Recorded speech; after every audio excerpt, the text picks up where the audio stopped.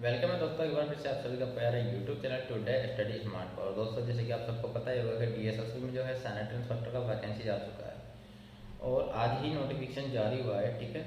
और सबसे बुरी बात यह है कि इस बार जो वैकेंसी आया है उसमें एक्सपीरियंस मांगा गया है। तो सभी दोस्त जो है मैसेज कर रहे हैं बाबा के, हम पूछ रहे कि सर हम तो फॉर्म भर ही नहीं पाएंगे, बहुत सारी दिक्कत है क्योंकि हमारे पास तो कोई एक्सपीरियंस वगैरह नहीं है। ठीक है। तो बहुत सारे बच्चों के मैसेज आ रहे हैं, क्यूरी आई है। ठीक है।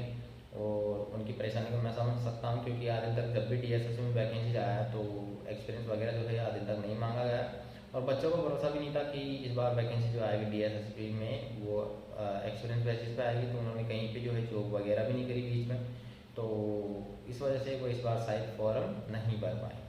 और दूसरी चीज़, जिनके पास एक्सपीरियंस वगैरह है जो फॉर्म भर रहे हैं, ठीक है, तो वो ज़्यादातर जो है एमसीडी में पहले से जो काम कर रहे हैं सफाई कर्मचारी के तौर पे या फिर सैनिटरी सुपरवाइजर के तौर पर या सैनिटरी इंस्पेक्टर कॉन्ट्रेक्चुअल के तौर पर। ठीक है। तो वो सभी तो एलिजिबल है ही इस वैकेंसी में। वो भी जो है नाना करते करते मैं आपको बता, लगभग 3 से 4 हज़ार 5 हज़ार स्टूडेंट मिल जाएंगे, ईजिली मिल जाएंगे। ठीक है।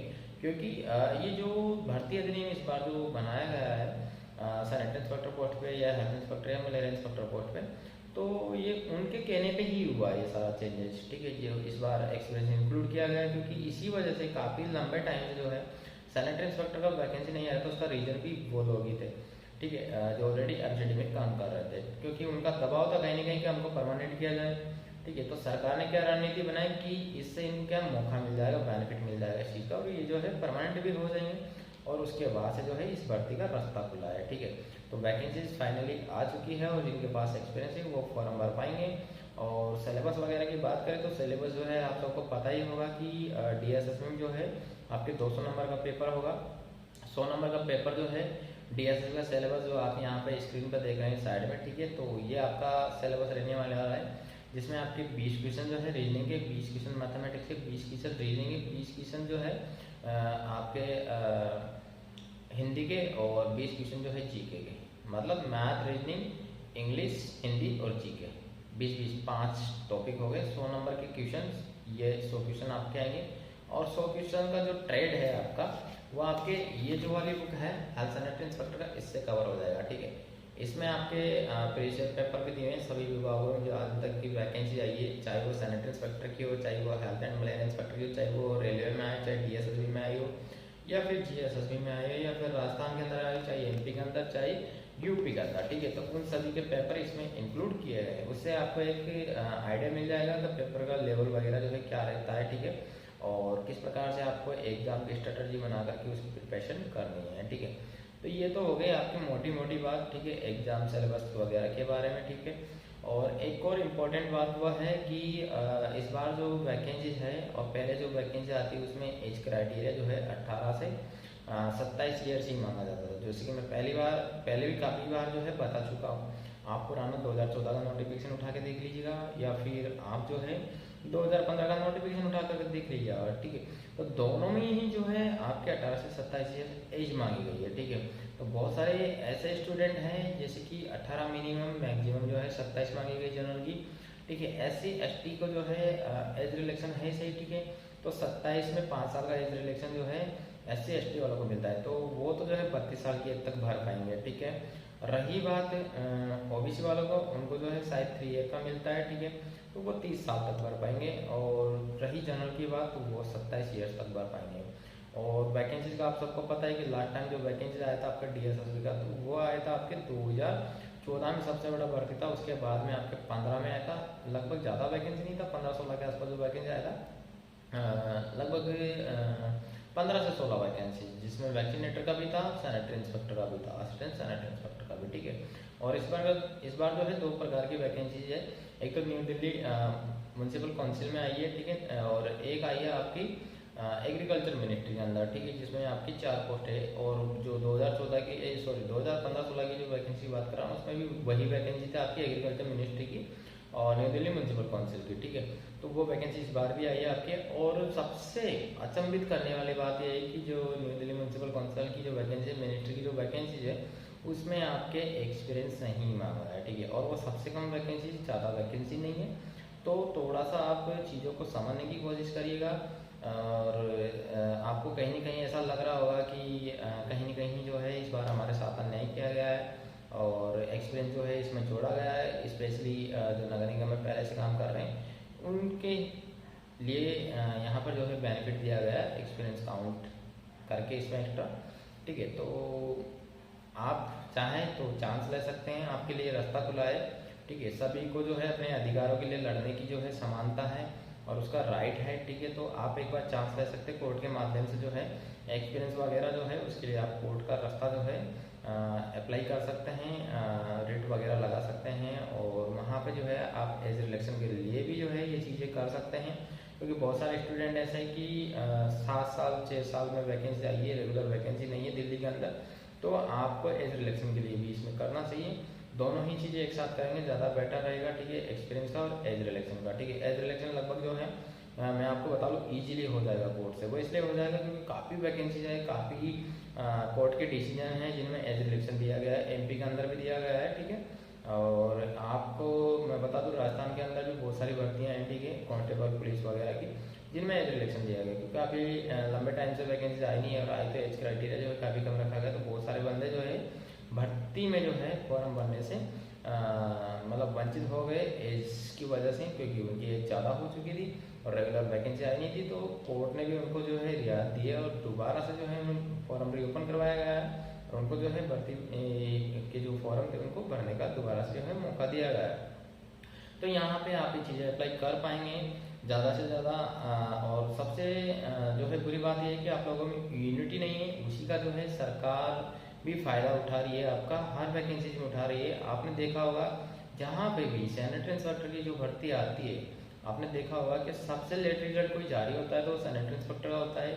अगर वैकेंसी कोर्ट में अटकती है तो वो सैनिटरी इंस्पेक्टर की अटकती है। ठीक है, कहीं पे भी कोई वैकेंसी कैंसिल होती है तो वो सैनिटरी इंस्पेक्टर की होती है।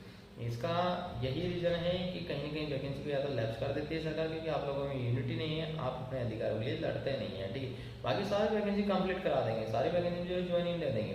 ठीक है, अभी आप ताज़ा एग्जांपल ले लीजिए डीजीएसएस में जो वैकेंसी आई। ठीक है, पेपर गूगल पे पड़ा था, हैजेट पेपर छाप दिया।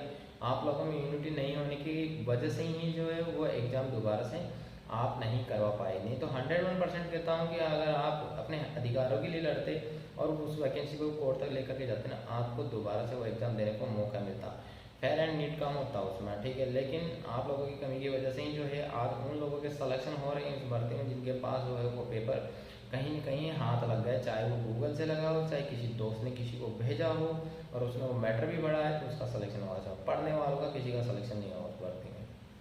तो अपने अधिकारों के लिए लड़ना सीखिए और कोई भी ये चीज़ ना सोचे कि मैं यूपी से हूँ, मैं बिहार से हूँ, मैं पटना से हूँ, मैं गोवा से हूँ, मैं गुजरात से हूँ, तो मैं जो है इस भर्ती में जो है अपना योगदान नहीं दूंगा, मैं जो है पैसा इन्वेस्ट नहीं करूँगा। देखो दोस्तों यार, सिंपल सी बात है कि 10,000 से ज़्यादा स्टूडेंट नहीं और ऑल इंडिया में, और आप 10,000 का एक छुट रखना पड़ेगा, तब जाकर कि आपका एक संगठन बनेगा, मजबूत संगठन बनेगा, किसी के ऊपर भी ज़्यादा फाइनेंशियली लोड नहीं आएगा। ठीक है, और चीज़ें जो है आसानी से ईजिली हो जाएगी। ठीक है, और अगर आप ये सोचेंगे राजस्थान का मैटर है, राजस्थान वाले बंदे देखे, यूपी का मैटर है, यूपी वाले देखिए, भैया सभी की सेम हालत है, सब स्टेट की सेम हालत है। आप यूपी में देख लो लास्ट बार वैकेंसी कब आई थी, लास्ट बार 2014 के आसपास वैकेंसी आई थी, उसके बाद यूपी में कोई वैकेंसी नहीं है। 15, 16, 17, 18, 19, 20, 21, 22, 23, 24, मतलब 9 साल से ज़्यादा हो गए। उसका जिम्मेदार कौन है? कहीं ना कहीं आप लोगों में यूनिटी नहीं है इस वजह से। ठीक है, राजस्थान में लास्ट वैकेंसी कब आई थी? 15 में, 23, 24 चल रहा है, 7 साल हो गई, दोबारा कोई वैकेंसी नहीं है। इसका जिम्मेदार कौन है? आप सब है, क्योंकि आप लोगों में यूनिटी नहीं है। दिल्ली में लास्ट वैकेंसी कब आई थी? 15 में, 15 के बाद में 16, 17, 18, 19, 20, 21, 22, 23, पूरे 7 साल दिल्ली में हो गए। इसका जिम्मेदार कौन है? आप लोग। बिहार में कितने साल हो गए? बिहार में कितने साल हो गए? शायद मेरे हिसाब से 17 के आसपास वैकेंसी आया था बिहार में। 18, 19, 20, 21, 22, 23, लगभग 5 से 6 साल बिहार में हुए दोबारा वैकेंसी आ रही। ये तो वो स्टेट बता रहा हूँ जिनमें वैकेंसी आए। हाँ, एमपी की बात करूँ, एमपी में लास्ट वैकेंसी 2017 में आया था, उसके बाद से जो वैकेंसी है अभी लेटेस्ट में जो है 22 में आया था दिसंबर में। ठीक है, तो 17, 5 साल 6 साल के गैप में एमपी में दोबारा वैकेंसी आ रहा था। लेकिन अभी जो ये जिन स्टेटों का मैंने नाम लिया आप लोगों के सामने, इनमें दोबारा वैकेंसी नहीं आया, लगभग 6 साल से ऊपर ही हो गया सभी स्टेट में। तो इन सब के जिम्मेदार आप लोग हो, क्योंकि आप लोगों में यूनिटी नहीं है, आप आपके अधिकारों के लिए लड़ते नहीं हो, सरकार तक आपकी बात पहुंचाते नहीं हो, ठीक है। तो दोस्तों अगर आप में यूनिटी नहीं है, आपकी संख्या बल कम है, तो आप यार कोर्ट के माध्यम से तो कर ही सकते हो ये चीज़ें, ठीक है। लेकिन सब अलग अलग ज्ञान लगाते हैं, क्या कोर्ट से कोई वैकेंसी आती है यार?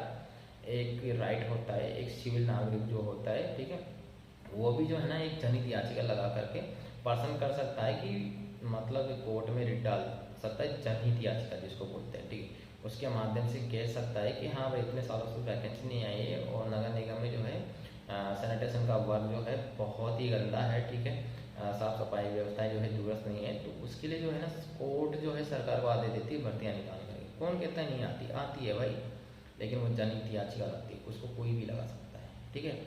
लेकिन सब अपना अपना ज्ञान लेकर के बैठे हैं, ठीक है।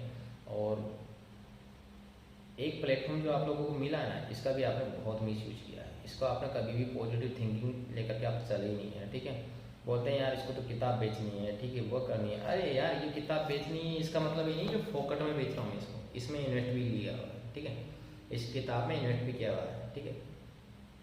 तो जितना इसका इन्वेस्ट है ना, उससे ज़्यादा कहीं बेनिफिट उन लोगों का हुआ है जिनका सिलेक्शन हुआ है। किताब अगर मार्केट में कोई दूसरी हो इससे अच्छी तो बता दो, और ये ज़बरदस्ती नहीं दे रहा मैं आप लोगों को, आपकी रजामंदी से आपको अच्छी लग रही है तब ले रहे हैं आप, ठीक है। और भी है, आर पब्लिकेशन की ले लो, क्या दिक्कत है, मुझे कोई परेशानी नहीं है। लेकिन जिन्होंने लिए, जिन्होंने पढ़ा है, उनसे पूछो उसमें क्या कंटेंट है क्या नहीं है, ठीक है। ये किताब हर बार जब भी प्रिंट होती है ना, न्यू एडिशन के साथ आती है, और जो भी मिस्टेक रहती है ना वो सुधर करके आती है, इस वजह से चल रही है। तो इसके पीछे की मेहनत आप लोग नहीं देख रहे हो, आप सिर्फ नेगेटिव खामियां ढूंढने की कोशिश करते हो। देखो दोस्तों मेरा कुछ नहीं जाएगा, मैं अपनी जगह जॉब कर रहा हूँ, ठीक है, और साइड में जो है किताब का बिजनेस, ये हेल्थ इंस्पेक्टर के ऊपर नहीं चल रही मेरा पब्लिकेशन, ठीक है। मेरी महिला पर्यवेक्षक की चल रही है, मेरी जो है ना अभी एम्स वगैरह में जो है नर्सिंग होम की वैकेंसी है, उसकी किताब आने वाली है, ठीक है। उसके अलावा मेरी ER की किताब है, ठीक है, मेरी कम से कम 7 टाइटल चल रहे हैं। अगर मैं एक किताब नहीं भी छापूँ ना हेल्थ इंस्पेक्टर, आप ही लोगों को परेशानी हो जाएगी, ठीक है, आप ही लोगों को परेशानी होगा, आपको पढ़ने का मैटर नहीं। अभी DJS की जो वैकेंसी कैसे तिल मिला गए थे आप लोग, जब उस टाइम की किताब जो है प्रिंट नहीं हो पाया, तो मैंने तो किसी को दी नहीं भाई, थी नहीं तो मैं दूंगा से उस टाइम पे, ठीक है। लेकिन कैसे जो है पागल से हो गए थे लोग, इतने मैसेज इतने कॉल आते थे ना किताब के लिए, तो मैं सॉरी बोलता था सबसे कि भैया मजबूरी है मेरी, मेरे खुद को पास टाइम नहीं है, और उस टाइम पे किसी को किताब नहीं मिली। तब जाकर के उन लोगों को इस किताब की वैल्यू समझ में आई कि ये किताब कितनी इंपॉर्टेंट है, क्योंकि मार्केट में और भी किताब थी, क्यों नहीं लिया आप लोगों ने, क्यों नहीं पढ़े आप उससे, किसने मना किया था? कोई मैं ज़बरदस्ती थोड़ी ना देता हूँ मेरी किताब, आप लोगों को अच्छी लग रही है, कंटेंट अच्छा लग रहा है इसलिए ले रहे हैं आप लोग। और ये कंटेंट अच्छा है क्योंकि इसके पीछे काफ़ी सालों की मेहनत है, ये कोई 6 महीने की 3 महीने की मेहनत नहीं है, 5 साल की मेहनत है, जब जाकर के इतना अच्छा कंटेंट जो है इस बुक के अंदर दिएंगे। एक्सपीरियंस है इतने सालों का, जब जाकर के ये किताब इतनी अच्छी हो पाई है। क्योंकि मेरा खुद का एक्सपीरियंस है, मैंने खुद ने काफ़ी एग्जाम दिए, मैंने एग्जाम का लेवल समझा है, उन्होंने क्वेश्चनों का लेवल समझा है, उस हिसाब से किताब को प्रिपेयर करा है, ठीक है। तब जाकर के इतना शानदार बुक में आप लोगों को लेकर के आ पाया। तो दोस्तों आपसे सिर्फ इतना सा कहना है कि आपको जो भी करना है आपको खुद को करना है, ठीक है, एज रिलेक्शन के रिलेटेड या फिर आपके एक्सपीरियंस के रिलेटेड, ठीक है। उसके लिए मैं सिर्फ आप लोगों के लिए हेल्प कर सकता हूँ, आप सबका एक प्लेटफॉर्म में लाने के लिए जो है मैं व्हाट्सअप ग्रुप का, टेलीग्राम ग्रुप का लिंक जो है वीडियो में डाल दूँगा। आप लोग जुड़िए, सभी जुड़िए, जुड़ने के बाद जो है आप आपस में डिस्कस करिए, ठीक है, आप पैसों का कलेक्शन करिए, ठीक है। और उसके बाद जो है एडवोकेट वगैरह की जो प्रोसेस है वो भी आप ही लोग करिए। मेरे से फाइनेंशियली सपोर्ट चाहिए तो मैं खुद आप लोगों के लिए फाइनेंशियली सपोर्ट कर दूंगा, लेकिन करना आप सबको मिल करके, मैं नहीं करूँगा, क्योंकि ये मेरा काम नहीं है यारो, ठीक है, ये मेरा काम नहीं है, ये आप सबका काम है, ठीक है। मैं जॉब के साथ में जो है ये चीज़ें मैनेज नहीं कर पाता, मैं तो पब्लिकेशन नहीं संभाला, मेरे तो भाई जो पब्लिकेशन है ना ये नहीं संभाला, मेरा किताबों का काम जो है ना ये हैंडल नहीं कर पा रहा दोस्तों मैं तो आप चीज़ों को समझने की कोशिश करिए कि मैं आपके लिए ग्रुप बनाऊंगा, ठीक है, आप सब उस प्लेटफॉर्म पे आएंगे, वहाँ पे आप डिस्कस करेंगे, ठीक है, एज रिलेशन के रिलेटेड और एक्सपीरियंस के रिलेटेड, ठीक है।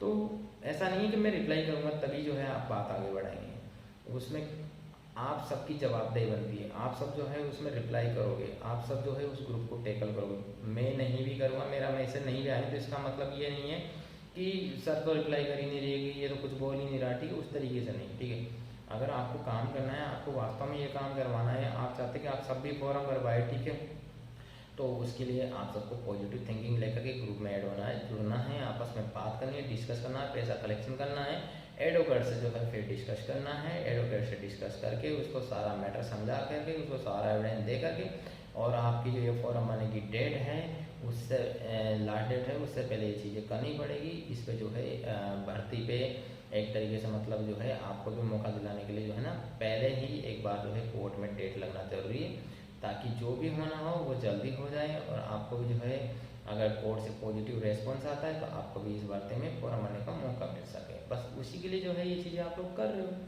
सिंपल सी बात है। तो नेगेटिव थिंकिंग लेकर के तो कोई ग्रुप में आना मत, पॉजिटिव थिंकिंग लेकर के आना, जो पैसों में देने के लिए रेडी हो, ठीक है। दिल्ली हाई कोर्ट के वकीलों के फीस आप पता कर लेना, ठीक है, कितनी क्या फीस है आपको भी पता चल जाएगा, ठीक है। वैसे बहुत ज़्यादा हाई रहती है दिल्ली को हाई कोर्ट के वकीलों की, आप सबको पता ही है, ठीक है। तो लगभग मान के चलिए 2-3 हज़ार रुपये पर स्टूडेंट के हिस्से में भी आ सकते हैं, तो वो सब आप लोगों को कलेक्शन करना पड़ेगा।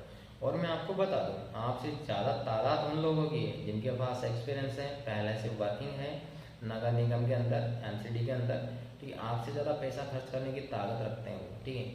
अब देखना यह है कि आपकी यूनिटी जो है बनती है नहीं बनती, उनका काम है तोड़ने का, वो तोड़ेंगे आपकी यूनिटी। लेकिन अगर आप में संगठन है, आप में आपको खुद की इच्छा है कि ये वैकेंसी जो है सभी के लिए ओपन रहे, हम सभी जो है फॉर्म भर पाएँ, तो आप जो है पॉजिटिव थिंकिंग लेकर के ग्रुप में जुड़े, ठीक है, पैसों का कलेक्शन करें और अपने अधिकारों के लिए जो है लड़ें। बस इतना सा मेरा कहना है। बाकी पढ़ने का मैटर जो है वो तो जो एक्सपीरियंस वाला हैं और जो नहीं हैं, ठीक है, जो भी इस भर्ती में जो है फॉर्म भरेंगे, तो ये किताब काफ़ी है, ठीक है। ये किताब काफ़ी है 100 नंबर का, जो आपका सैनिटरी इंस्पेक्टर ट्रेड से रिलेटेड जो भी चल रहा है। बाकी जो भी है फुल नोटिफिकेशन जिसके साथ भी मैं वीडियो बना दूँगा, तो वीडियो के डिस्क्रिप्शन में जो है आपको टेलीग्राम ग्रुप का, व्हाट्सएप ग्रुप का जो है लिंक मिल जाएगा, वहाँ पे आप ज्वाइन हो जाइए। Thank you, bye bye, take care.